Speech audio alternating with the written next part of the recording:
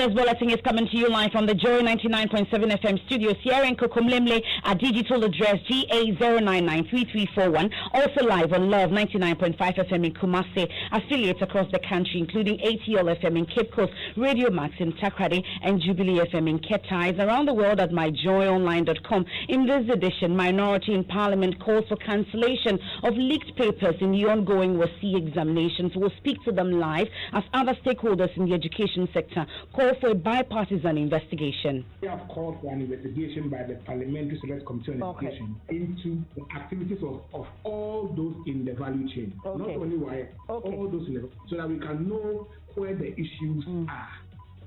And Vice President Dr. Mahmoud Bawumia argues the NPP has delivered infrastructural projects in excess of 17,000 with an eye on value for money. But questions emerge as to whether citizens are benefiting or seeing a change in their lives. We are building a nation. We are building all this infrastructure while staying committed to our social contract. At the end of the day, the impact of infrastructure must be felt by the people. So somehow the economy must reflect in the people's livelihoods as well. We'll hear from government, civil society groups, and take you live to our reporters who have been tracking some of these projects. Foreign Affairs Minister insists government will continue to enforce laws governing retail business despite agitation and criticism by Nigerian traders in Ghana's retail space. But for now, our local laws are enforced just like their local laws and policies are enforced, and they are enforcing them by closing the border. And their sports. Black princesses and black maidens to continue camping despite 7 confirmed cases of COVID-19. And we have Spotlight today. I see myself as a factory. And for somebody to build a factory takes passion. I'm a very productive person, so I don't get tired. Versatile Ghanaian actress Nanama McBrown showcases her hidden talent away from acting. You want to stay for this? That and more here on the Midday News with me, Emefa Apawu.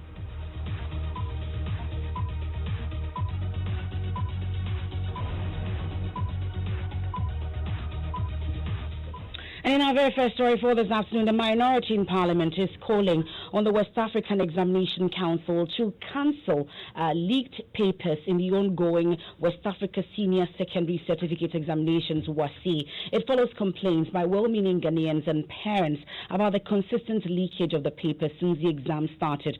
Already, some stakeholders in the education sector are calling for a bipartisan investigation into recent leakage of the ongoing papers. In a petition, which is yet to be received by Parliament's Education Committee, the African Education wants a probe into circumstances accounting for the leakage of mathematics, social studies and chemistry practical papers which have gone viral on social media. Executive Director for the group, Kofi Asare, also described as worrying the leakage of confidential identity of contact details of examiners. He spoke earlier on Joy News Desk. Of course, leakage in examination papers is not new. It's been happening every other year, but what is worrying in this case is, apart from the magnitude, is the size of names, telephone numbers, email addresses, schools, and subject areas of all examiners in the country who work on the WASI.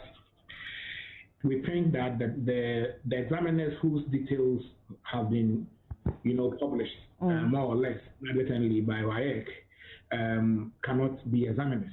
They cannot play the role because the non-disclosure clause in their agreement has been violated, and it breaches the fundamentals of assessment. And so, should WAEC go ahead and use this, the credibility of the examination will be called into question. And so, they should change the examiners and bring in fresh ones. Perhaps nothing strange is happening, but the proliferation of social media and internet penetration and also mobile phones has actually affected, the growth of this industry. So we shouldn't even cancel the papers that have been leaked. That's what you're saying, right? We shouldn't cancel them. All right. We have called for an investigation by the Parliamentary Select Committee on Education into the activities of all those in the value chain. Not only all those in the value chain, so that we can know where the issues are. All right. Now, Executive Director of Institute for Education Studies, Peter Anti, agrees. Why should be very concerned? We are surprised that they want to downplay the magnitude of the situation that we are facing, especially this year. For us, we think that this has become very persistent over the years. We have gone through this process, always complaining of leakage of questions over the years, and at the end of the day, we don't see anything happening. We think that it is time that the authorities in the country take this up and deal with the issue once and for all. Now, the Executive Director of Institute for Education Studies, Peter Anti, now the West Africa Examination Council, WAEC, has already confirmed the leakages and says they are investigating the matter. But let's speak with a member of the Education Committee in Parliament, Dr. Clement Apawu. We're grateful for your time here on the Midday News. So, Education Watch thinks we shouldn't cancel but investigate. I'm seeing your statement asking for a total cancellation. Well, this is not the first time we're experiencing this in this particular exams. What exactly are you learning about this latest situation? Well, first of all, let me say good afternoon to you and good afternoon to listeners. I'm on my way from my constituency back to Accra. But this issue is of such national importance that I had to make a stopover in Bolga to work on the statement on behalf of the minority. Our position is very clear and straightforward. We agree with all the stakeholders in terms of their concern about the leakages.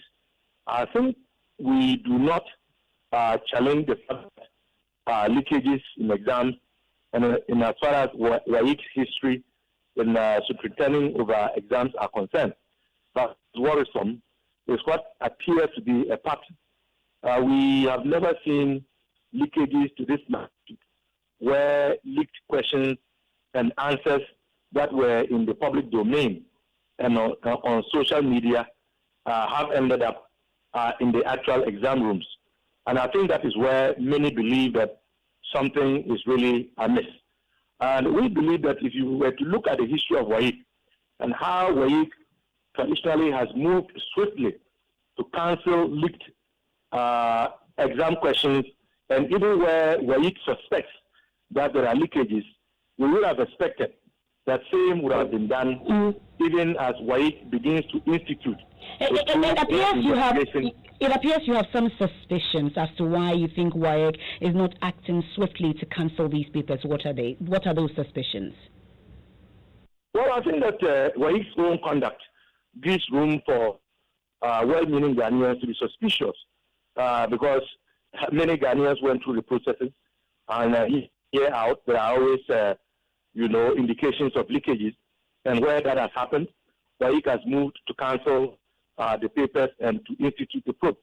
So where you have one paper, two papers, three papers, and now we are even hearing that the economics paper, which is being or has been written today, has also been leaked, and yet WAEC seems very reluctant to make a public pronouncement about what action is being taken. Well, we've been told that they are investigating. We've been told they are investigating the leakages. Is that not enough for your committee or your side?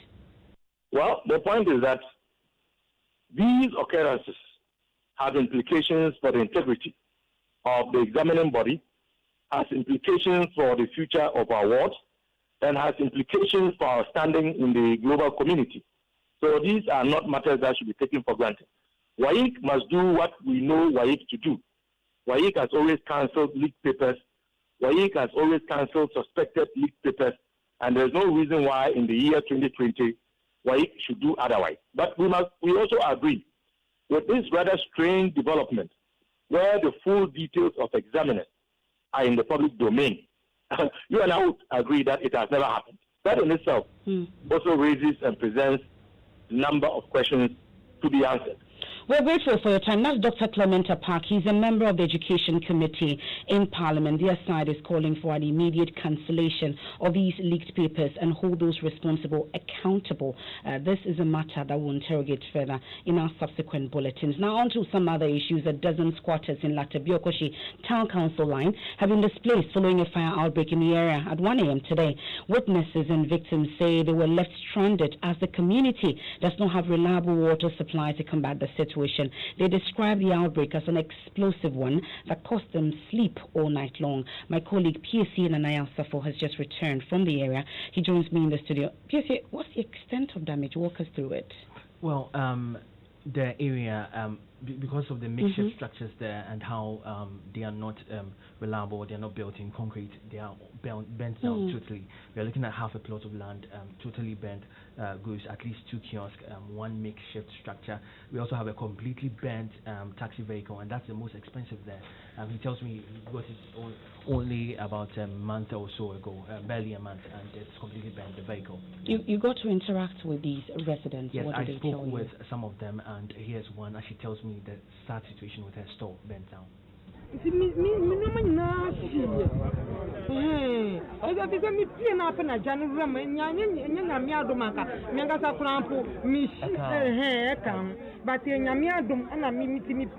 because my person pay that me landlady no from me up at once me pay. So she's a 37-year-old woman, and all she's saying is basically translated that all she had in the world, her clothes, her oven, her everything that she had, her books, her money, that is not, she says about 300 cedis worth of money, her life savings, everything was stored in this 4-square facility, or this 4-square kiosk here, and now it's all been burnt down too.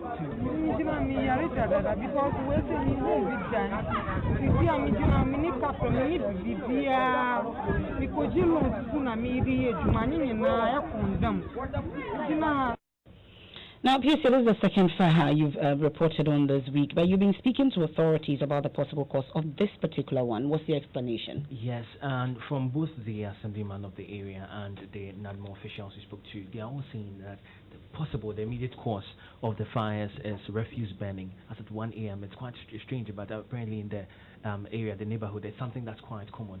And I asked further that where is this person at the time? They could not account for where the person is. There's also some of members of the community saying that the person is not completely sane. So the NADMO officials are looking into that. Bench kiosk, this kiosk and a container, they've all been rinsed down by the fire. And some blocks of firewood that have been packed behind the structure. They've all been burnt down. So when we realized that it was as a result of this fire burning, which had not been ascertained, we are yet to see the result of fire service who were here earlier on. So in your assessment, you said this wasn't necessarily an accident? Yeah, we are yet to get to the bottom of it. We can come up with it. Okay, let's move to you now, the other gentleman here. Please, your name and position for us. Okay, my name is Michael Janja. Okay, and you are the... Okay. So based on what Sir just told us earlier, what are the additional facts we may be missing here? Yes, based on the grounds and the things that we have gathered right now, we see that there are some used perfume cans that you see these our brothers have been selling this, we call it colibas, have been gathering, and because of that, the fire, you see the explosion because there's a gas in it, so the explosion to escalate the fire more. You heard that the NADMO official and then the assemblyman for the Latsabiokoshi area, Muntari Awudu Wahab.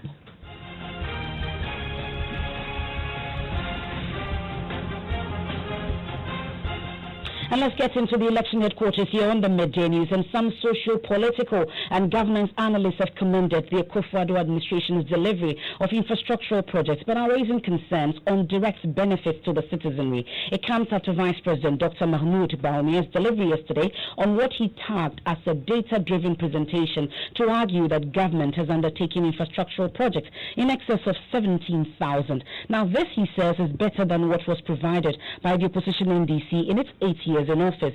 First, on the industrialization drive, Dr. Bawumia said 122 new factories have been set up in collaboration with the private sector. Under the One District, One Factory program, 183 companies are currently benefiting from the One District, One Factory initiative, out of which 261 are existing companies, while 122 are new companies. To date, 48 of the existing company projects have been completed and are operational. Of the 122 new companies, 28 are completed, while 31 are at various stages of completion. In addition, 58 special use-enabled 1G, 1F projects have common user processing factories with financing from the African Development Bank, and these are under construction. Now onwards, Dr. Bawumia said government is constructing the first 4-tier interchange in West Africa and other projects with focus on value for money. The cost of the Tema, Tamale, Pokwasi, and Obechebi Lamte interchanges is $289 million. 4 interchanges together, $289 million. While the cost of the Kwame Nkrumah interchange was contracted at $260 million. I'll just leave that for you to ponder. Vice President Dr. Mahmoud Bawumia, CEO of Imani Africa, Franklin Kujo, says such comparison of projects must be situated in context since location of construction influences cost. At the end of the day, the impact of infrastructure must be felt by the people. So somehow the economy must reflect in the people's livelihoods as well. I like Bawumia's analogy of the circle interchange as against the Pokwasi. I think it's fair to make comparisons, but I must also submit that constructing a roundabout in the central business district of Accra, where it was very difficult to navigate, the engineering is definitely different from the engineering in Pokwasi here. I mean, the Pokwasi where I live here, I mean, I live closer to the interchange. There isn't much in terms of businesses and million of people. There's not so much infrastructure around. Now, the CEO of Imani Africa, Franklin Kujo, but Information Minister Kojo Nkrumah insists that questions need to be raised about the cost of previous road projects, as the evidence shows that the NPP is getting better deals. The question of value for money is coming up. How come the NPP get 4 interchanges for 289 and the NDC get 1 interchange for 260? And don't say it's a matter of scope, because the Pokwasi interchange alone is a mega edifice in terms of scope comparative to the circle interchange, or what some would like to call the Dubai interchange. That's the Information Minister Kojo Nkrumah. Now, in the area of agriculture, Vice President Dr. Bawumia said 372 dams have been completed to support irrigation in Northeast, Upper East, and Northern regions. We have awarded 560 of these contracts for these small earth dams. To date, we have constructed 435 dams, 372 have been completed, and 63 are ongoing. And each dam is expected to provide water for up to 5 hectares of land. And completion of this project will deliver the largest stock of small earth dams ever constructed in this country. Now let's continue our fact-checking of some of these claims that were made yesterday at the results fair. We'll start off from Albert Soares, our Upper East regional correspondent. Now, Albert, you've been checking on the dam projects. What specific project site did you visit and what did you find?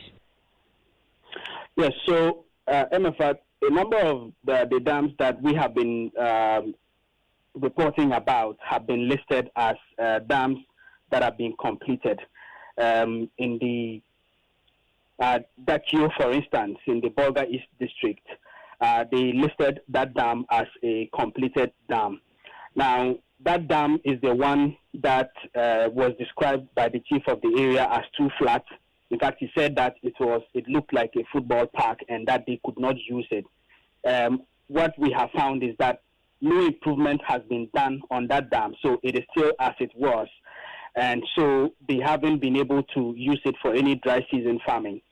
So this dam has been listed as one of the dams that has been completed, even though it is still as it was.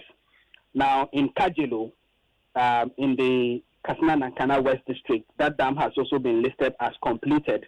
Our checks show that nothing has been done to improve on the quality of that dam, even though in January the water in that dam had run out and the farmers who were using it had to abandon their farms. They used it for a while and then the water in the dam ran out. Our checks show that no improvement has been done on it, even though it's been listed as a completed dam. One other dam that has been listed as completed is in Zansiri Buliga, which is in the Timpani district. Our checks show that dam is actually in good shape, because as recently as when the Peasant Farmers Association of Ghana talked about the quality of dams done under One Village, One Dam. That particular dam was singled out as the dam that is in good shape, which the farmers in the area have been able to use. Okay. So far, this is what our checks have shown. Thank you very much. That's Albert Sorry. He's our Upper East Regional Correspondent. Well, Minister of Food and Agriculture, Dr. Owusu Yakutu, says the dams are ongoing projects and will yield results with time. You know, a lot of these policies, you don't expect instant results, okay? So over a period, you know, in the northern, the savannah areas of the north, the rainfall is only 3-4 months in a year. So the rest of the year is 7-8 months. People are sitting down doing nothing. That's the essence of the irrigation. But the irrigation is very expensive and restricted because 4 years is not enough. I mean, for instance, I want to make Ghana self-sufficient in rice. There's no way you can do it in 4 years. Now, here in Accra, one of the projects listed on the government delivery portal as ongoing is said to have been left without any progress in the last 2 years. Now, this is a borehole located at Kanda in the Ayawaso East municipality. My colleague Manuel Cranting has been speaking to residents. It's been 2 years since they came to drill the borehole in the community. They left after drilling it and never came back. It's really disturbing, especially for those of us who don't have any place to fetch water. We have no place to fetch water. There's a corner at the back where we harvest some water. Even there, you must have lived in a village to be comfortable fetching.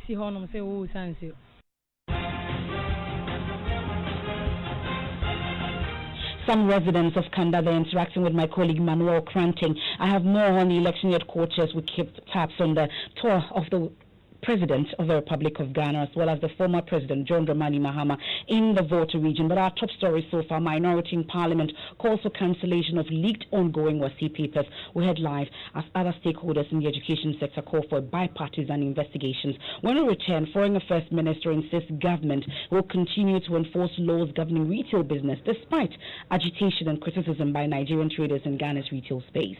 But for now, our local laws are enforced, just like their local laws and policies are enforced, and they are enforcing them by closing the border. We also have sports, and we put the spotlight on versatile Ghanaian actress Nanama McBrown, showcasing her hidden talent away from acting. I see myself as a factory, and for somebody to build a factory takes passion. I'm a very productive person, so I don't get tired.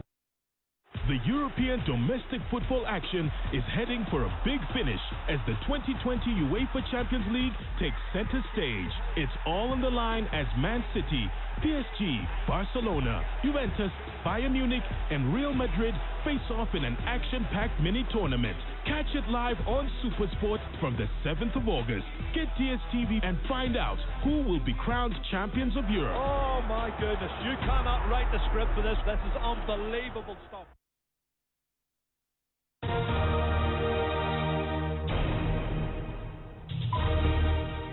Thanks for staying with us. Let's do sports now with Hans-Ben Sando. And the under-17 and under-20 female national teams, the Black Princesses and Maidens, will continue with camping despite 7 players testing positive for COVID-19. 61 players have been in camp in Cape Coast since last Friday, preparing for their respective World Cup qualifiers. Henry Asante-Chum speaks for the Ghana Football Association. Those who tested positive would hopefully, go through another test in a fortnight. Okay. Then we will know exactly what to do.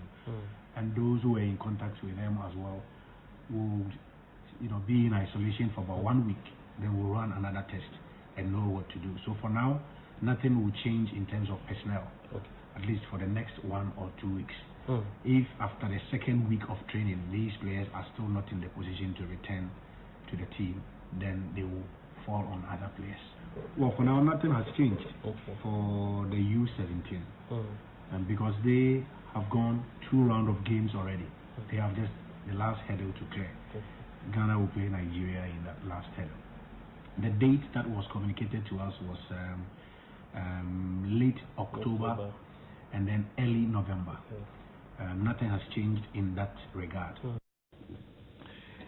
The spokesperson of the Ghana Football Association, Henry Asante-Chum, in action in the UEFA Champions League second semi-final to determine who plays PSG in the final. Lyon up against Bayern Munich later tonight.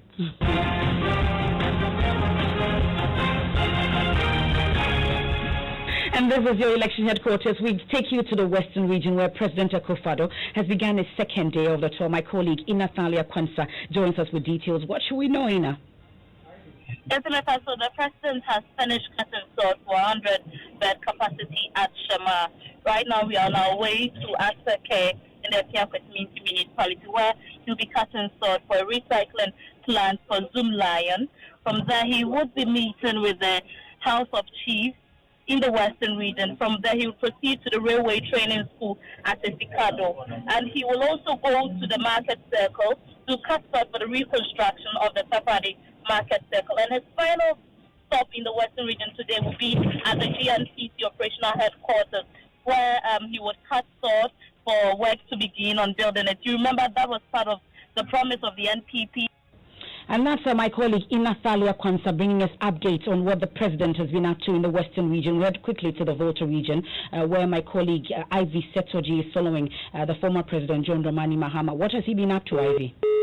It appears we've lost Ivy Setoji there on the phone. Now, that's your election headquarters for today, but Foreign Affairs Minister Shirley Ayokoboche says government will continue to enforce laws governing Ghana's retail business in spite of agitation and criticism by Nigerian traders operating illegally in that space. It is contravening the ECOWAS protocol. We would have to now look at an ECOWAS solution, including the ECOWAS court, as a final arbiter. And then we also have to look at reciprocity. Ghanaians have the full right of operating within the Nigerian economy. So we'll have to look at that whole issue as well in terms of the concrete measures that can be contemplated. That's Nigerian's Minister of Foreign Affairs, Geoffrey Onyema, raising concern about the situation. But let's hear from our Foreign Affairs Minister, Shirley Ayokoboche, on the matter. In the first place, our local laws do not allow retail trade of foreigners to be engaged in retail trade. These and if they are to be allowed, there's a threshold that they have to fulfill in terms of investment. Unfortunately, when we try to apply the laws, then people are, or these traders are crying foul that they are being victimized. That is not the case. We have our laws, just as they also have their laws. And have taken policy decisions that they must protect local industry. Now, the Foreign Affairs Minister, Shirley Ayokoboche. Now, the people of Inshiaiso in the Asante Chimno district are heaving a sigh of relief as MTN Ghana Foundation prepares to change their plight with the handing over of a 6-unit classroom block and teachers' bungalow on Thursday. The project follows a Joy News Agenda report which highlighted the poor and life-threatening conditions in one of the public schools in the town. Ohiming Teria has more. Structures in the Inshiaiso DA Basic School became a death trap. Cracked walls, loose door frames, fallen ceiling, and classrooms filled with foul-smelling animal droppings were the lot of students. Let's begin with Joy News Agenda this week, and we are focusing on dilapidated school structure across the country. Now, basic schools in the Asante Akim North district of the Ashanti region conduct classes in dilapidated and life-threatening structures. Following a Joy News Agenda report highlighting the plight of the students, MTN Ghana Foundation intervened. We have very good news for the people of Inshiaiso near Agogo. MTN Ghana, having heard the news about the deplorable state in which the basic school is, the board has given approval for us to invest into a 6-classroom block. That's the good news for the people of Inshiaiso in the Asante Chim North, and thank you to MTN Ghana Foundation. And Becky is here with Showbiz. Yes, Emefa. Today we are highlighting the career of versatile actress Nanama McBrown. She's on Spotlight. But you're frozen. It's only Dr. Luke. Dr. Luke. That's nothing. Nanama McBrown was born Felicity Ama Ajiman. McBrown essentially stumbled into acting. She answered an auction call on the radio by Miracle Films and was hired to do costuming instead. However, on the set, she was able to snag the lead role after the director Samuel Nyamiche felt that she was better suited for the role. Ladies! Yes, Madam Police. AKA Asidafo. You're welcome to my humble abode and my beautiful embracing ground. In 2001, her first movie, That Day, was released, launching her career. Her performance in That Day movie helped her land a spot on the TV series Tentacle. In 2007, McBrown appeared in the movie Asoriba, co-starring Ejako and Messi Asiedu.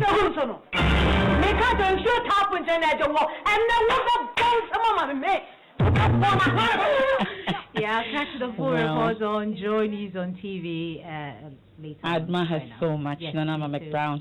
We haven't celebrated her enough. And that's it for the midday news here on Joy 99.7 FM. There's more news when you log on to myjoyonline.com. I'll be right back after this quick commercial break with Living Word.